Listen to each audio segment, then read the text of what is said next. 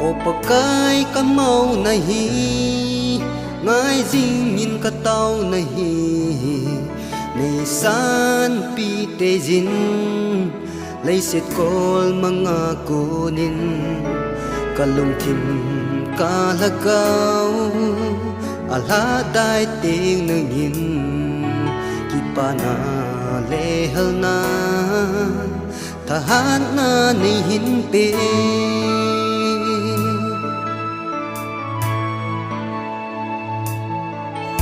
o pakai kamau nahi ngai jing nhìn ka tao nahi ni san pi te jin lấy set call mga kunin kalung thim ka lagaw ala dai ting nangin kipana lehal na tahan na ni hinpe pakai Krista su kaleng pa ay handam pu ahi inalampi ay musa pahi jitinam tinla namin laupi kitang zing hen ton sonin namin tiang hi va choi jin zing hen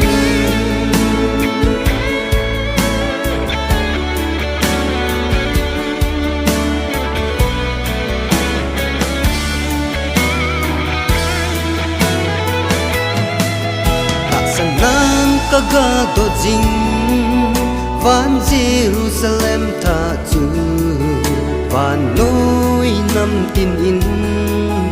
alo thei ding mun hi lo amata san hole alan zum cha te no san ko bi hoi chu lo diu tun so na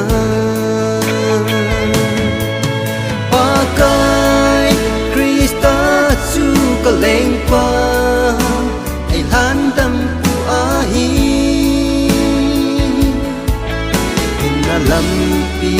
ay musa pahi jitinam tinla namin laupi kitang zing hen ton sonin namin tiang hi va choi jin zing hen pakai Krista su kaleng pa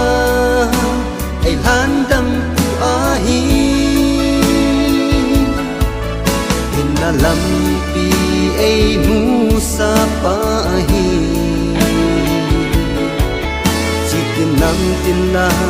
namin laupi kitang zing hen ton sonin namin tiang hi va choi jin zing hen